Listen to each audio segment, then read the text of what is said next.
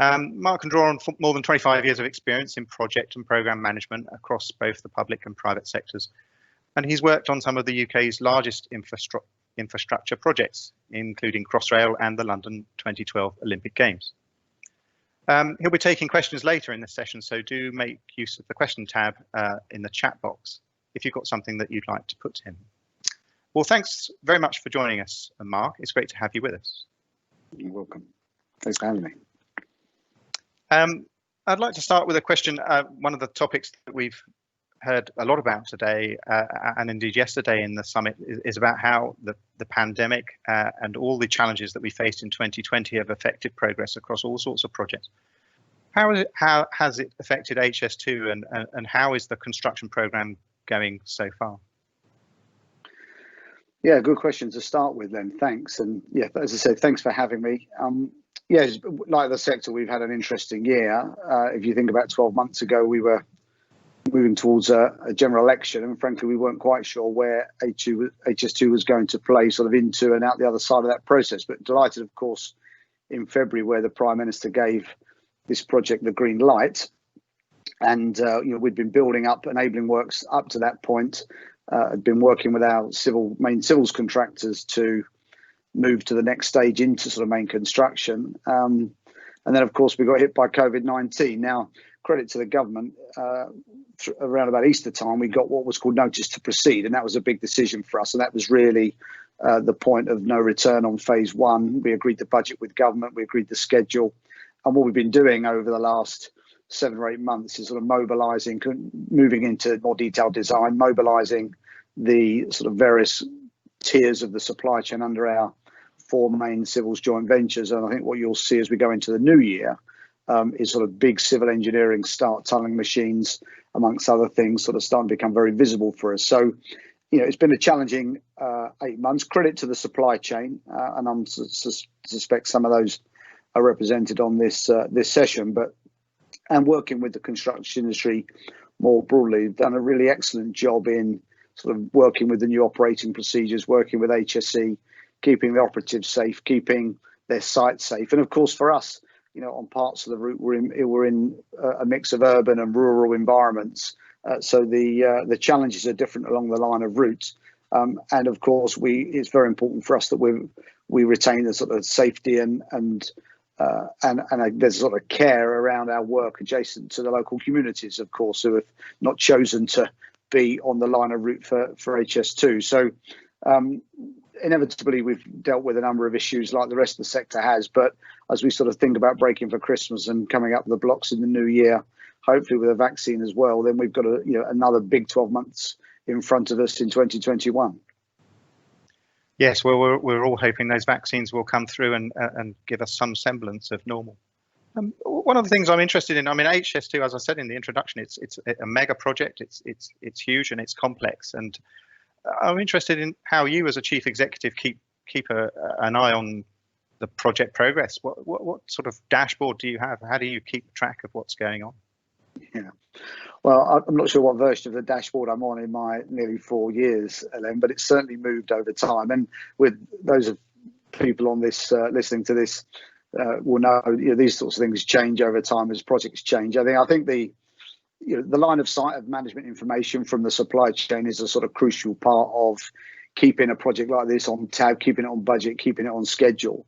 But of course, it's much wider than that. And I think the work we've done inside the organisation, and it's interesting you said about stability in your opening remarks. We've certainly put a lot of work in my time to get the organisation sort of match fit for this next phase, in particular as we shift from sort of what was a development and procurement project to now something that's becoming very much a construction project.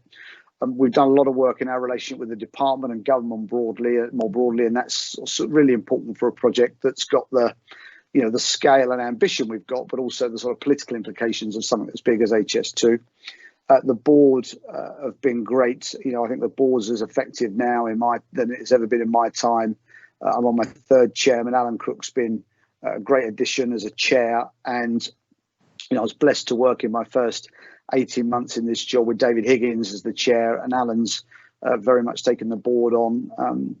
but also our relationship with the supply chain. And I think we've tried to bring a relationship to our supply chain, particularly enabling works and the main works contractors, that feels collegiate, that feels that we both understand the scale and ambition and complexity of what we're doing.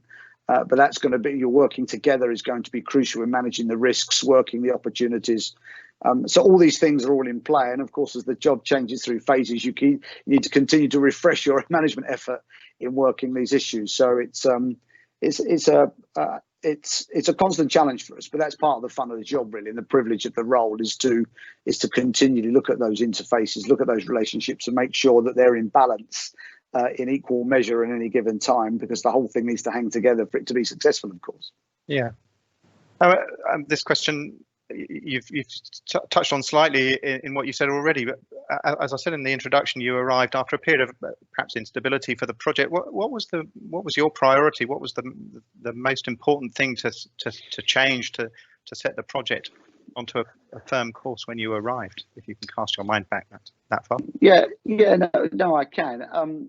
Well, I mean, the company just got royal assent for phase one. So that was a sort of significant inflection point in time, I guess, for the program.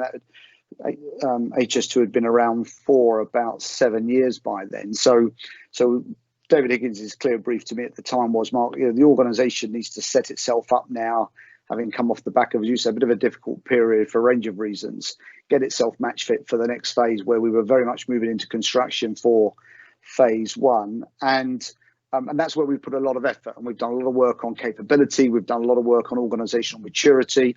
That's all been very much vetted and reviewed by government. We had a very formal test that government set us to sort of demonstrate the organisation was sort of fit for purpose for what's in front of us.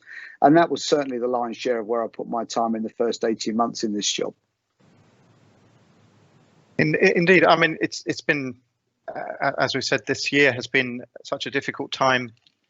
We've sort of had a triple whammy or a perfect storm. I don't know which metaphor you'd prefer. The construction industry faces low margins. There are skill shortages. We've had a coronavirus pandemic. We've got Brexit to look forward to. And just this morning, I think we had a story on CN about the Office for National Statistics saying that something like 60,000 EU workers have gone from the London market since they last looked. HS2 is reliant on contractors to deliver this project. Do you worry about the financial health of contractors, given these challenges that and whether they will be able to deliver on the packages of work that you've handed out, as it were, to these joint ventures? Well, I mean, clearly the Carillion issue has happened in my life in this job, and that was a bit of a shock to the whole sector, wasn't it? And it's made us all, I think, be more vigilant around, looking at payment terms, looking at the way we make sure the liquidity flows from clients like us into the tier one supply chain, and then more importantly down into the sort of second, third, and fourth tiers. We've increased, as you can imagine, our own sort of surveillance and interaction with contractors to make sure that their health is important for us. I think the important thing for the sector is that HS2 is an opportunity. This is now a long-term project. We're going to invest in our supply chain in a very sort of mutually beneficial way, hopefully. So in investing in skills, investing in young people, bringing a more diverse workforce into the sector, looking at how we can bring innovation and technology into play, which we know we've probably not done as good a job. We've done some great work, but I think there's much more that we can do in construction. I think the opportunity for the sector now, Lem, is with the sort of forward plan. We're off now thinking about phase one. We get the legislation hopefully approved for phase 2A early in the new year, which would take us from sort of the Birmingham up to Crewe. But we're now developing the legislation for the section from Crewe all the way into Manchester. So as we sit here today, you're almost looking at a sort of 20-year programme of creating a railway all the way into Manchester. And then we've still got the eastern leg, which we might touch on. So I think that pipeline of commitment, I think, is crucial for, and my challenge to the industry is to, let's not lose the opportunity to use the certainty that pipeline brings to make sure we make the right investment decisions to improve the balance sheets of these organisations, as you said, to make sure we're making the right investments in skills and technology and partners, both in the supply chain and between ourselves and the tier ones. And I think the opportunity for us is sort of create a legacy for the industry that's much healthier than it perhaps otherwise has been, as you said in your question. You mentioned the eastern leg there, and it would be remiss of me not to press you on that point. We've obviously heard some discussions from government, or hints from government, that perhaps what's known as phase 2B might be split up into a western and an eastern section, and potentially that eastern section might then be delayed or looked at again. What's your take on, I mean, I know to an extent this is still in the lap of the gods, but what's your take on the situation with that eastern leg?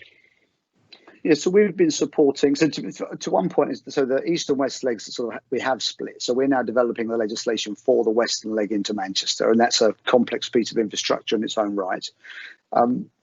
As you rightly say, government has taken the opportunity to ask the National Infrastructure Commission to look at where does the eastern leg, and in fact the whole of the sort of northern section of phase 2, fit with the wider transport and particularly rail needs of the Midlands and the North. So there's work that we're doing that we know TfN are sponsoring, and of course Network Rail. And my understanding is that the sort of conclusion of that work, government will come out and be more public about early in the new year. January, February time would be my guess. And I think from there we'll decide. I mean, government's been quite open and committed to the eastern leg, but exactly to your question, how that plays out timing wise, we'll wait and see what they say in the new year. But the whole business case and the sort of rationale for HS2 is that you obviously take a railway that runs north from Birmingham into Leeds and Manchester and south to London, and the Y network we know will sort of not just transform our rail system, because it becomes very much the sort of high-speed spine of our rail system, but it also becomes, I think it's got an opportunity to change our country, and certainly, to the wider levelling up agenda, connecting the major cities of the north, whether in whatever fashion government ultimately decides they think it's the best way to do that. We stand ready to support that in the new year. I guess related to that, one of the reasons that there's perhaps a question mark over that eastern leg is about costs, and obviously mega projects tend to have there tends to be a tendency to overrun in terms of cost. I know that one of your priorities has been to try and drive cost efficiencies and indeed productivity efficiencies. How have you gone about doing that, working with the contractors working on HS2? Well, that's very much a sort of here and now issue for us on phase 1. We've spent about 2 years in design up until that notice to proceed, as I said, with the civils contractors working out the sort of smartest way to deliver the railway. Some of that's constrained by the Act and the legislation, so there's certain things we can and can't do. But I think that's the prize for us now over the next sort of 12, 18, 24 months as we think about physically getting into the ground. How do we make this railway as affordable and the best value for money for the public purse? And that's, I think, a combination of the techniques we use, the way we incentivize our supply chain, the way we work together more collaborative with our supply chain to manage the risks. I think the scale and complexity of what we're doing, Len, doesn't really lend itself into what you might call a conventional transactional contract between client and contractor and designer. I think sort of all three parties have got to come together, and we've got to come together just as a sort of unified HS2 family, because I think that's where we're going to find the opportunities to be more productive, drive greater value.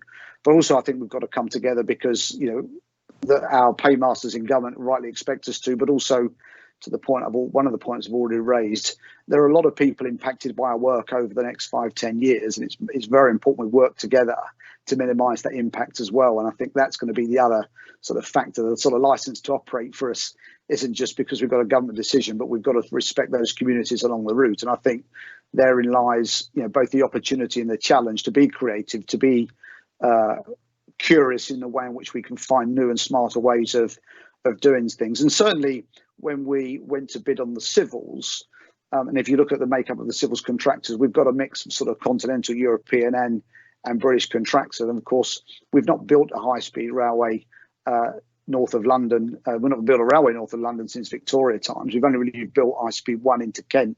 So there's something around getting a good blend of sort of UK construction, some of that European experience, whether it's from France, Germany, Spain, or otherwise. So it's very important for us that we pull the best of sort of European supply chain together to give us the best, most creative solutions to building this railway.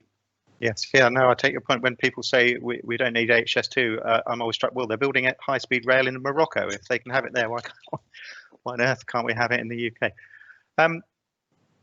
Going back to the point about relationships with with contractors. I mean, HS2 has driven some innovation in the way that it organises payments through project bank accounts, which are still a bit of a rarity in the sector. And I know during this difficult time of the pandemic, you've been making sure that you pay through the supply chain. Do you think that, I mean, a project of the scale of HS2, can it be, can it help to transform the way that the whole sector approaches payments, or is that too lofty a goal? No, I wouldn't limit it to payments, though. I think just sort of the relationship between the client and contractor, I think the opportunity for us on HS2 is, you know, we've used, for example, a two-stage approach for civil. So we've spent time working with the contractors to understand in detail the scope and the costs and the schedule before we've sort of locked and loaded that. But even then, we've agreed to sort of manage the risk in a much more sort of collaborative way, because to transfer the risk, which clearly we could do as a client, but of course, if we expect the supply chain to carry that risk, then there's a price associated with it, and you get into this affordability debate on what's the right way to manage the risk. So we're thinking very creatively about the stations and how do we work the station contracts in a similar vein. And of course, we've got the railway systems to follow, and we're thinking hard about how do we, especially with a lot of learning coming out of Crossrail, and how you get the overlay of the systems on top of the civil engineering and those interfaces physically, those interfaces in time, and how do we get people on and off the railway to get the railway finally sort of commissioned. So I think the opportunity for us, to your question, is payments is one, I think, sort of thread of a broader relationship between the client and contractor and designer, where you know, I hope that what we do sets the tone. Certainly all of our contracts go through a significant amount of scrutiny, as you can imagine, by government. That's Department, Treasury, IPA, as well as Number 10. So my aspiration would be that, you know, what the foundations we laid for HS2 set a little bit of a template that others could then choose to use. And we're sort of building off some good work that's been done, for example, on the A14. I know Lower Thames Crossing are looking at what's the right way to sort of contract the works there. You know, it's clearly not a one size fits all for infrastructure. That's part of the problem. Each project's different in many ways, but certainly I'm a strong believer in collaboration being at the heart of what we do. And I think if we can find, you know, part of my job actually is to create an environment for our supply chain where they thrive, they're successful, and that, you know, the way we pay them, making sure it's paid timely, the way they then pay their subcontractors, I think is all part of the mix in having a sort of vibrant sector. Particularly as we come out the other side of COVID, of course, where, you know, we're going to put thousands of people to work. We're seeing, you know, that there's serious headwinds in the economy more broadly, and I think the opportunity for HS2 is to sort of be very much an enterprise, a national endeavour that puts lots of people to work over the next, you know, tens of thousands over the next few years. Indeed. You touched in that answer on learning from other projects, and obviously Crossrail has been problematic in terms of perhaps the way that expectations were set, and the difficulties that we're all aware of, I think, that came as a result of that. I mean, you must be very mindful of not repeating that kind of over-promise, under-deliver kind of approach for HS2. I mean, that must be sort of nightmare that you wish to avoid. Yeah, certainly wish to avoid it. I mean, I think two points to make, really. One is, you know, there's been a lot of work done looking at, you know, what happened on Crossrail. Why did it find itself where it did in 2018, and what have they done to you know, I was out with Mark Wilde. He taken me around one of their stations only a few weeks ago. It's very impressive what they've done. They're not quite finished, but we know they can sort of almost see the end now. So there's a lot of huge learning, whether it's around the way the client interacts with government, the way they interact with the supply chain. There's some sort of technical lessons around how design management and configuration management is controlled. I mean, I come back to the other question around expectation management. The whole point of resetting the budget with government at the end of last year and early this year was very much, which was, you know, very difficult for us. You know, we reset phase one at £45 billion, and no one should be under an illusion about how difficult that was to convince government that's the right number, for exactly that reason, that to sort of be overly ambitious about what target budget you could set, and then sometime down the road sort of miserably fail to meet that budget would not be in anyone's interest. So we've done a lot of work, as you could imagine, scrutinising that budget. It's been scrutinised by government as Treasury and the department to make sure that is a budget that we can deliver against, and that's what we're working towards. And I think that's the challenge for us now. But we're 7 or 8 months into what is a 10-year construction programme to build this railway, so it's early days. But I've every confidence that that's what we'll do. Yeah. Well, your parting sentence there links nicely onto a question from our audience here, pointing out that because it's such a long-term build, how do you build in the ability to adapt the technology that might become available over the next decade, and how might you benefit from that in the build of HS2? Obviously, you don't want to build it and get to the end of it and having built it with 10-year-old technology. So how do you manage that? Yeah, and that's particularly relevant, I think, for the railway systems. And if we think about the way we're running this call and sort of how technology's helped us in just the last 7 or 8 months, we've sort of introduced this idea of sort of last responsible moment. So for a lot of our main sort of quite technology-driven systems for the railway, there's a point in time where we need to sort of look at the developing technology opportunities and then say, right, we now need to put our pens down, because at this point we now need to sort of go into production. We need to lock costs, we need to lock schedules, we need to start sort of working on detailed design. So there's a tension there between making sure we future-proof a railway that's going to ultimately last 100 years, but at the same time, don't turn it into an R&D project and we're always chasing a rainbow where we never actually commit to a technology that we know is sound and can work. So so it's a great question, and that will play out over the next few years, because between now and roughly the middle of 2023, we will let all the systems contracts.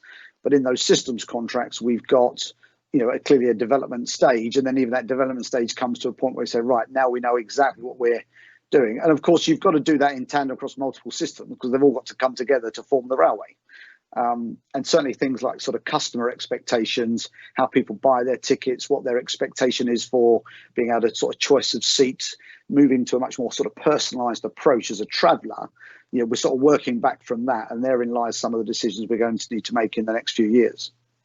I suppose allied to that, I know that HS2 has been acting as a sort of technology incubator. There's a few competitions been run where you're trying to look for interesting technical approaches, perhaps some early stage startups and things like that, that might help you to be more productive in the building of the railway. How's that experience worked out for you?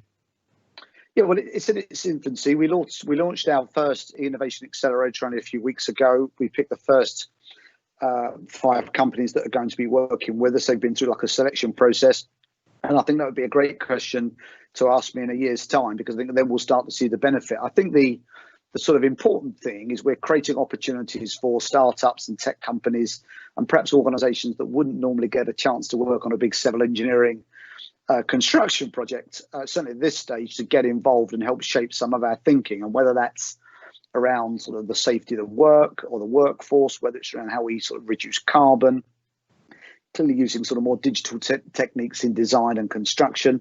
So I think it's a fertile space for us. We're very excited about the opportunities bringing some of these companies into the sort of HS2 family brings to work with us on our tier 1 supply chain to help us sort of work, in a more innovative way. Indeed. It's probably a while until you'll be procuring anything from those early technology providers. Obviously, I think today we've seen the start of procurement for phase 2A. Those are the first works north of Birmingham, I believe. What have you learned from the procurement approach in phase 1? Are you taking a different approach in phase 2? How is that going to shape up? Yeah, I mean, that's the beauty of HS2, is that we've sort of got 3 separate discrete programs of work to get to Manchester, let alone getting to Leeds. So you do get all that learning and the repeatability. And I think this learning point manifests itself on a number of levels. So how do we organise ourselves in HS2? I think that's a factor in terms of our own capability, and when do we, so take design as a case in point, how much design do we and how much specification work do we do as the client before we give that to the supply chain to sort of bring their sort of acumen and expertise into place? There's a point there. How do we acquire the land, and when we acquire the land has been a big learning point for us as we're thinking about phase 2A, because we should have royal assent in the new year. So that effectively then gives us permission to start acquiring the land to to build the railway, and that's been an important learning point for us. The size of the packages and the nature of the packages, I think that's been, certainly on the civil engineering side, we're going to build quite a lot of learning from what we've done on phase one there. Of course, the systems contracts that we intend to let for phase one, there's an option for phase 2A. So the intent is to not have a discontinuity on railway systems. So, you know, and I could go on. There's a lot of work we're doing. And as you can imagine, you know, my board and the department and government are saying to us, so how are you going to make 2A sort of smarter, faster, cleaner, greener, based on what you've done on phase one? So the expectations there, as you can imagine, are quite high. Well, you said the word greener there in that answer. That's a very good opportunity to ask it. I mean, what is the scope for HS2 to perhaps pioneer new ways of approaching things in the construction sector to make sure that we decarbonise? What's your approach to that question? Yeah, well, I would break that down into perhaps sort of three components actually. So if we sort of work to the future and work back, so in its final state, we know that train travel, rail travel is one of the greenest forms of travel in the country. In a world where this railway will be one of the most sustainable ever built, probably in the world, if the electricity we draw from the grid is from sustainable sources, then you're talking about a transport system, a mass transit system that's as green as it can probably get. So we sort of work from a place where we want a low carbon way of travelling around our country between our major cities from 2030 and beyond. I think come back then into the sort of the design and build, we're looking at how we can make the built asset, the built environment as carbon free as we can. We've already got BREEAM outstanding for the design of the interchange station, which sort of stands it almost alone as a railway station globally. And clearly there are products around carbon in concrete and other sort of more tactical things that we can do as well. And then I think my third, and of course a lot of the stations, you know, we're looking at how we use PV cells, how we do sort of rainwater runoff and reusage. So lots of ways in which we can make the stations more sustainable in their design and construction. And then I think the other thing that's important to us is the natural environment. So inevitably, you know, most of these railways are either in the ground or below ground, but nevertheless, you know, we are going to impact the natural environment in a number of places. And it's about how do we put back biodiversity and how we leave a legacy around this railway. We've already planted over 400,000 trees. We've got a plan to plant some 7 million trees and shrubs and effectively create a green corridor right away along this railway. So, you know, I think there's something around how do infrastructure projects make sure that they leave a legacy for the natural environment that's at least no worse than, or ideally even better than, the one they inherited before we built it. And I think that's another sort of opportunity for us at HS2. You're obviously touching on trees and the greenery around the track, which is, as you say, an opportunity to improve biodiversity and things like that. Obviously, HS2 is subject to quite vocal protests about things that might have to be cut down and cleared away to make way for it. Obviously, there's a lot of emotive stuff going around. What's your perspective as the chief executive? How do you deal with that pressure from all of these groups about the environmental impact of the clearances and things like that? Is it a significant issue for you making progress in this project? We've certainly had some protester action that has been more damaging to the environment than us, in fact, in terms of, you know, how it's got close to some of our work sites. I mean, and we're having to deal with that in a sort of sensible way. I mean, people have a right to protest. We know that projects like HS2 divide opinion, and, you know, as you say, it's a motive. But nevertheless, I make a couple of points. One is, I think our credentials around what we're doing for the natural environment in the longer run, we've got to do a better job to make sure people understand what we're doing there, because I think that's probably not as well understood as it is. I think the other point for me is, you know, in a world where we want to be carbon neutral in this country by 2050, and the government's made a bold, ambitious statement to make that, then, you know, that's going to have to play out on multiple fronts, and on the basis that carbon is the sort of principal sort of cause of global warming, and global warming is what is impacting our environment. then this is ultimately going to be a very low carbon railway. Rail travel 7 times greener than getting in a car, 17 times more than flying domestically.